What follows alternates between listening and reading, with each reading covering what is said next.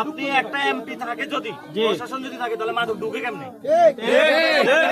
ও তো ভাগ পায় ওই ইলেকশনে খরচ উঠায়, ঠিক না? ইলেকশনে খরচটা উঠায় না? এগুলা কত বজ্জাত, এগুলা হলো মাদক বিক্রি করে ইলেকশনে খরচ উঠায়। সরকারের তো মেরুদণ্ড নাই, থাকলে তো কড়া ভাষায় প্রতিবাদ করতো। আল্লাহ ভরসা আপা, আমরা আছি, ইনশাল্লাহ থাকবো। আপনারা যারা আছেন এখানে সবাই ওনাদের আপনাদের হাতে দায়িত্ব দিয়ে গেলাম, আপনারা দায়িত্ব নিয়ে রাখবেন। কোনো অপরাধ আছে না? তাহলে আপনারা এখানে যারা ইয়াং জেনারেশন আছেন ওনারা দায়িত্ব নিতে পারবেন। আপাকে আমরা ইনশাল্লাহ সহযোগিতা করব, ওনাকে এখন কিছু সহযোগিতা করা হয়েছে, ইনশাল্লাহ আমরা করব। যে আমাদের প্রধান সমন্বয়কারী ব্রাহ্মণবাড়িয়ার উনি সহযোগিতা করছে, আরো করবেন ইনশাল্লাহ। ইনশাল্লাহ দেখছেন তো কি অবস্থা। উপজেলা এনসিপি থাকবে এবং প্রশাসনকে বলবো ওনাদের চাকরি টাকরির ব্যবস্থা করতে। সরকার থেকে ওনাদেরকে সাপোর্ট দিতে হবে।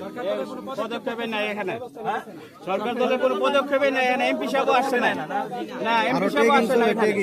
এমপি সাহেব আসে না এখানে। কোন দলে? মুশফিকুর রহমান।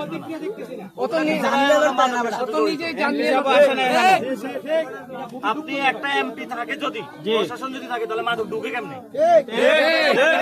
ও তো ভাগ পায় ওই ইলেকশনে খরচ উঠায়, ঠিক না? ইলেকশনে খরচটা উঠায় না? এগুলা কত বজ্জাত, এগুলা হলো মাদক বিক্রি করে ইলেকশনে খরচ উঠায়। আল্লাহ ভরসা আপা।